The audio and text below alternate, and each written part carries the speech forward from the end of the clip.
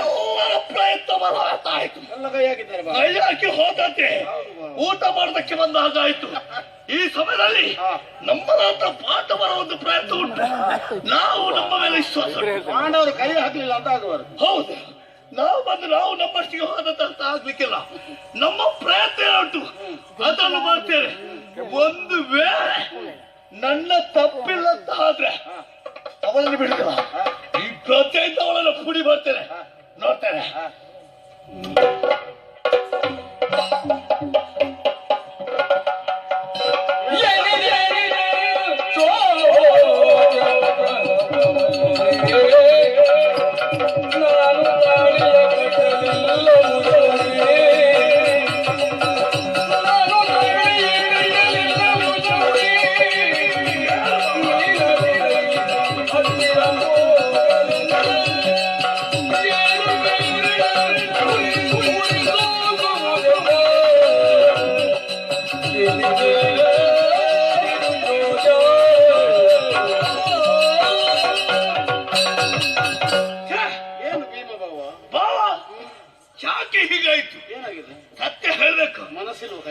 ಮನಸ್ಸು ಉಂಟೆ. ಹತ್ತಿರಕ್ಕೆ ಹೋದಾಗ ಕೆಲವರು ಕೈ ಹಾಕಿದ್ರು. ಬೇಡ ಅನಿಸುತ್ತ ಉಂಟ. ಬೇಡ ಅಂದವ ಹತ್ತಿರಕ್ಕೆ ಹೋಗ್ಲಿಕ್ಕೆ ಸಾಧ್ಯವಿಲ್ಲ. ಯಾಕೆ? ಹೊರಿತಾ ಉಂಟಲ್ಲ. ಎಂತದ್ದು? ಕೈ ಹಾಕ್ಲಿಕ್ಕೆ ಆಗುದಿಲ್ಲ. ಬಿಸಿ ಸತ್ಯ ಹೇಳ್ಬೇಕಾ ಬಾವ? ಏನು ಆಶ್ಚರ್ಯ ಅಂತ ಗೊತ್ತಾಗುದಿಲ್ಲ. ನಾನಂತೂ ತಪ್ಪು ಮಾಡಲಿಲ್ಲ. ಅವಳ ಕುತ್ತಿಗೆಗೆ ಮಾಂಗಲ್ಯವನ್ನು ನಾನು ಬಿಗಿಲಿಲ್ಲ. ಯಾವ ಪುಣ್ಯಾತ್ಮರು ಬಿಗಿದ್ದಾನೋ ಏನು. ನಿಮ್ಮ ಕುಟುಂಬ ದೊಡ್ಡದವಲ್ಲ. ಕುಟುಂಬ ದೊಡ್ಡದಂತ ನಾವು ಅದಕ್ಕೆ ತಲೆ ಕೊಡ್ಬೇಕು ಬಾವ. ಯಾರ್ಯಾರು ಮಾಡಿದ ತಪ್ಪಿಗೆ ನಾವೇ ಯಾಕೆ ತಲೆ ಕೊಡ್ಬೇಕು? ಭೀಮನಾಗಿ ನಾನು ಯಾಕೆ ತಲೆ ಕೊಡ್ಬೇಕು?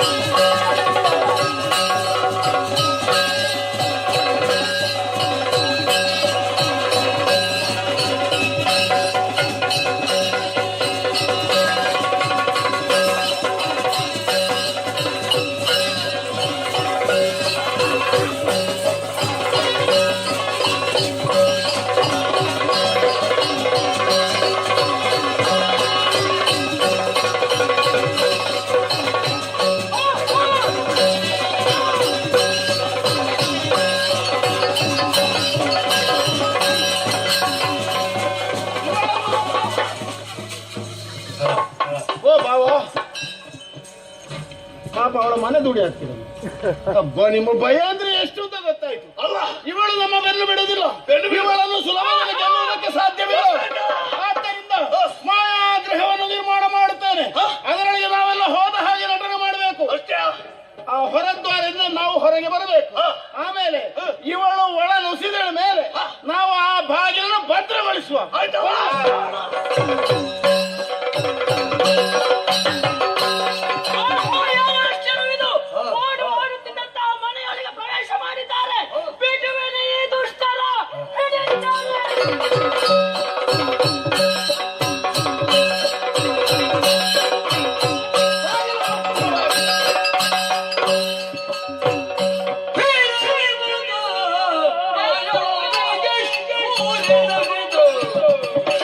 Oh,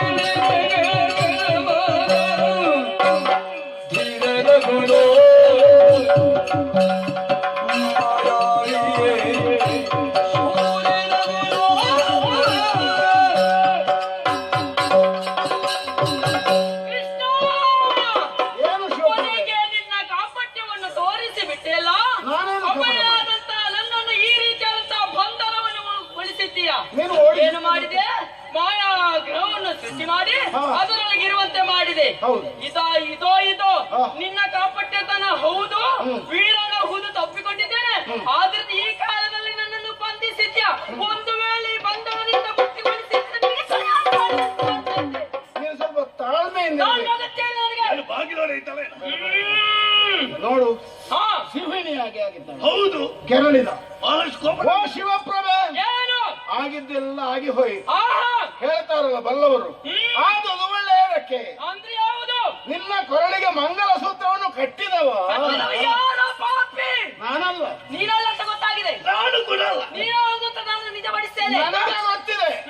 ಮೂರು ಲೋಕದ ಗಂಡ, ಇನ್ನು ಮುಂದೆ ನಿನಗೆ ಗಂಡ. ಅಯ್ಯೋ ಪ್ರಾರಬ್ಧವೇ. ಆ ಅರ್ಜುನನೇ ನಿನ್ನ ಕೊರಳಿಗೆ ಕರಿಮಣಿ ಕಟ್ಟಿ. ಅಗತ್ಯ ನಾನು ನೋಡಬೇಕಾಗಿದೆ. ನೋಡುದ ಯಾವನವನು? ನೀನು ಅವರನ್ನು ಪ್ರೀತಿಯಿಂದ ಗಂಡ ಎಂದು ಕರೆದ್ರೆ ನಾನು ನಿನ್ನ ಸೆರೆ ಬಿಡಿ. ನಾನು ಒಪ್ಪುವುದಿಲ್ಲ. ನಿನ್ನಲ್ಲಿ ಯಾರಿಂದ ಒಪ್ಪಿಸಬೇಕು ಅಂತ ನೀನು ಗೊತ್ತಿಲ್ಲ. ಯಾರಿಂದ ಒಪ್ಪಿಸಬೇಕಲ್ಲ. ನಿನಗೆ ಯಾರಿಂದ ಒಪ್ಪಿಸಿದ್ರೆ ಆದಿತ್ಯ. ಯಾರಿಂದ ಒಪ್ಪಿಸಿ ನೀನು? ನಿನಗೆ ಅಲ್ಲ, ಪಾರ್ಥನಿಗೆ ಪ್ರಿಯರಿಂದ ಒಪ್ಪಿಸಿದ್ರೆ. ಬರಲಿ ಬರಲಿ. ಓ ತಂಗಮ್ಮ ಸುಭದ್ರ, ಈಗ ನಾವು ಒಬ್ಬಳು ಹೆಣ್ಣನ್ನು ಸೆರೆಮನೆಯಲ್ಲಿ ಇರಿಸಿದ್ದೇವೆ. ಪಾರ್ಥನ ಹೆಂಡತಿ. ಅವಳು ಶಾಂತಿಯಿಂದ ಒಪ್ಪುವುದಿಲ್ಲ. ಕ್ರೌರ್ಯಕ್ಕೆ ನಮ್ಮನ್ನೆಲ್ಲ ಶಿಕ್ಷಿಸುವುದಕ್ಕೆ ತೊಡಗಿದ್ದಾಳೆ. ಅವಳನ್ನು ಸ್ವಲ್ಪ ಸಮಾಧಾನ ಮಾಡಿ ಕರ್ಕೊಂಡು ಬಾ.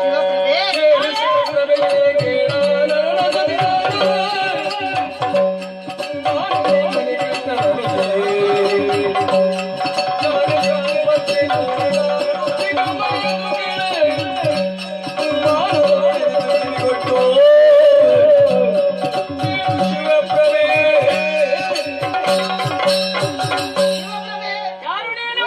ನಾನೇ ಸುಭದ್ರೆ, ಮೂರು ಲೋಕದ ಗಂಡನಾದಂತಹ ಪಾರ್ಥನ ಹೆಂಡತಿ. ಆತನು ಸಾಮಾನ್ಯನಲ್ಲ. ಆತ ರುದ್ರನು ಒಲಿಸಿಕೊಂಡು ಪಶುಪತಿ ಎಂಬ ಶರವನ್ನು ಪಡೆದುಕೊಂಡಿದ್ದಾನೆ. ಆತನನ್ನು ಒಲಿಸಬೇಕು ನೀನು. ಸುಭದ್ರ, ಗಡ್ಡ ಬಿಟ್ಟ ಗೊಡ್ಡು ಸನ್ಯಾಸಿಯ ಜೊತೆಲಿ ಓಡಿ ಬಂದ ಸ್ವಾಮಿ, ನನಗೆ ನೀತಿ ಪಾಠ ಹೇಳ್ತಾ ಇದ್ಯಾ? ನಾಚಿಕೆ ಗಟ್ಟವಳೆ, ಮಾನಗಟ್ಟವಳೆ. ನೀನು ಬೇಸರ ಮಾಡಬೇಡಮ್ಮ, ಎಲ್ಲ ಒಳ್ಳೆಯದು. ನೀನು ಮನೆಗೆ ಹೋಗು. ದ್ರೌಪದಿ, ಒಮ್ಮೆ ಬಾರಮ್ಮ ಇಲ್ಲಿ. ನೀನು ಹೇಳಿದ್ರೆ ಎಲ್ಲ ಆಗುತ್ತೆ. ಅವಳನ್ನು ಹೊರಗೆ ಬರ್ಲಿಕ್ಕೆ ವ್ಯವಸ್ಥೆ ಮಾಡು. ಶಿವಪ್ರಭೆ,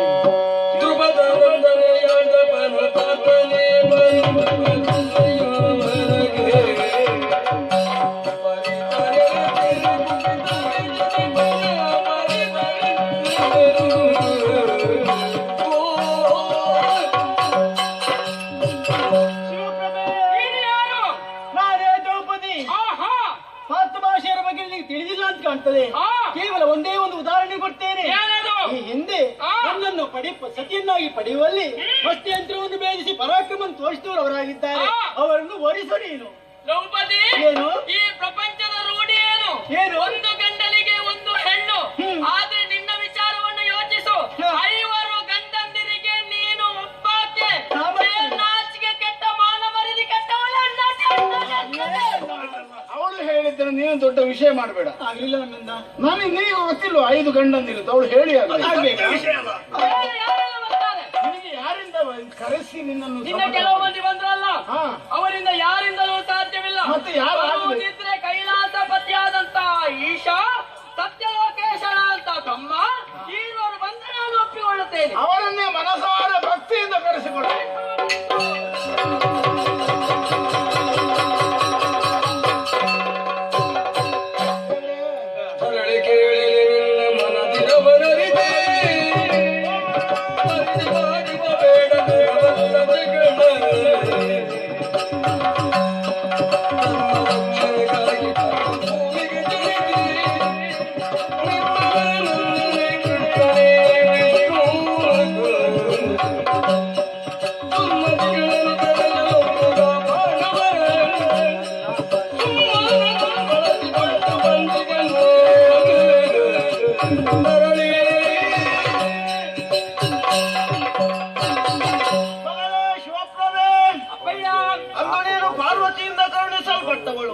ಇಂದು ನೀನು ನನಗೂ ಮಗಳಾಗಿದ್ದೀಯ. ಆದ್ದರಿಂದ ಇವತ್ತು ನಿನ್ನ ತಂದೆ ಆಡುವಂತಹ ಮಾತನ್ನು ಕೇಳಿಸಿಕೊಳ್ಳು ಮಗಳೇ. ತಲೆಯಲ್ಲಿ ಧರ್ಮವನ್ನು ಉಳಿಸುವುದಕ್ಕೋಸ್ಕರವಾಗಿ ತಲೆಯಲ್ಲಿ ನಿನ್ನ ಹುಟ್ಟಾಗಿದೆ.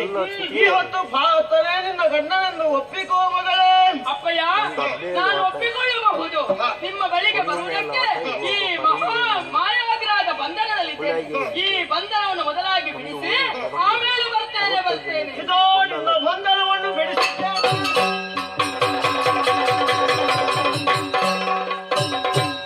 ಮದಿಯ ಚಿರ ನಿನಗೆ ಎನ್ನುತ್ತ ಹಿತದಿ ಬಗೆಯುಳಿ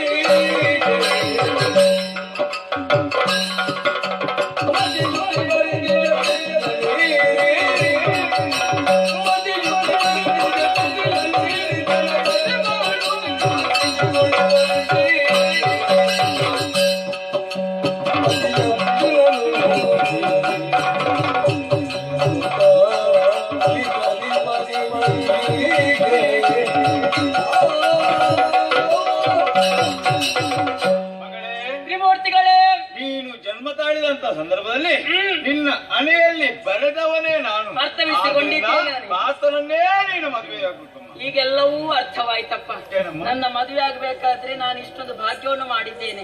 ತ್ರಿಮೂರ್ತಿಗಳ ಜೊತೆ ಸಮೀಪದಲ್ಲಿ ನನ್ನ ಮದುವೆ ನಡೆಯುತ್ತಾ ಇದೆಯಲ್ಲ, ಈ ಸಂತಸದಿಂದ ನೀವು ಹೇಳಿದಂತ ಮಾತಿಗೆ ನಾನು ಒಪ್ಪಿದ್ದೇನೆ. ಶುಭವಾಗಿ ಶಿವನ ಪ್ರಭೆಯನ್ನು ಹೊಂದಿದವಳು ಅದೇ ಹೆಸರನ್ನು ಪಡೆದಿದ್ದಾಳೆ. ಶಿವಪ್ರಭಾ ಪರಿಣಯ ಮೂರು ಮೂರ್ತಿಗಳ ಸಮ್ಮುಖದಲ್ಲಿ ಆಗಬೇಕು. ಆ ಶಿವನ ಭಕ್ತನಿಗೆ ಪಾರ್ಥನ ಭಾವನೆಗೆ ಇವಳು ಹೆಂಡತಿ ಆಗಬೇಕು ಎಂದು ಸೃಷ್ಟಿಕರ್ತನಾದ ಬ್ರಹ್ಮನೇ ನಿರ್ಮಾಣ ಮಾಡಿದ್ರೆ ತಪ್ಪಿಸುವುದು ಯಾರಿಂದ ಸಾಧ್ಯ? ಕಲ್ಯಾಣ ಮಂಟಪಕ್ಕೆ ಹೋಗುವಲ್ಲ. ಹೋಗುವ.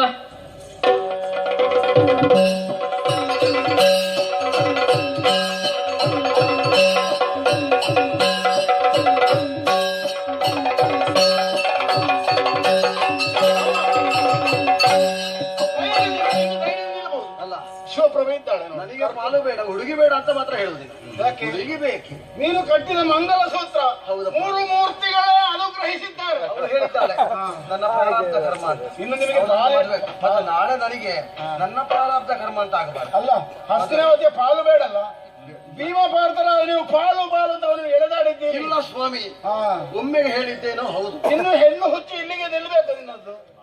ಆ, ಹಾಗೆಲ್ಲ ಮಾತಾಡಿದ್ರೆ ನನಗೆ ಬೇಸರ. ಹಾಗಲ್ಲ, ಇನ್ನು ಹೆಣ್ಣಿನ ವಿಷಯಕ್ಕೆ ಹೋಗ್ಲಿಕ್ಕಿಲ್ಲ ಅಂತ. ಹೋಗುವುದಿಲ್ಲ. ಲೋಕೋತ್ತರ ಸುಂದರಿ ಶಿವಪ್ರಭೆ ನೋಡಿ. ಸ್ವಾಮಿ, ಸಾಲ ಸಂದಾಯ ಮಾಡುದಿಲ್ಲಲ್ಲ. ನಿನಗೆ ಆಗ ಹೊಡೆದಿದ್ದಾಳೆ, ಇನ್ನು ಹೊಡಿಬೇಡ ಅಂತ. ಆಗ ನೋವು ಆಗುವ ಹಾಗೆ ನಾನು ಹೊಡೆಯುವುದಿಲ್ಲ. ಹಾ, ಬೇಸರ ಮಾಡಬೇಡಿ. ಆಯ್ತು. ನಮ್ಮ ಸುಖ ದಾಂಪತ್ಯ ಹಾ. ನಮಗೆ ಕೇಳುವುದಕ್ಕೆ ಆನಂದವಾಗಿ ಹೋಗಿ ಶಿವಪ್ರಭಾ ನಿಮ್ಮ ಅನುಭವ.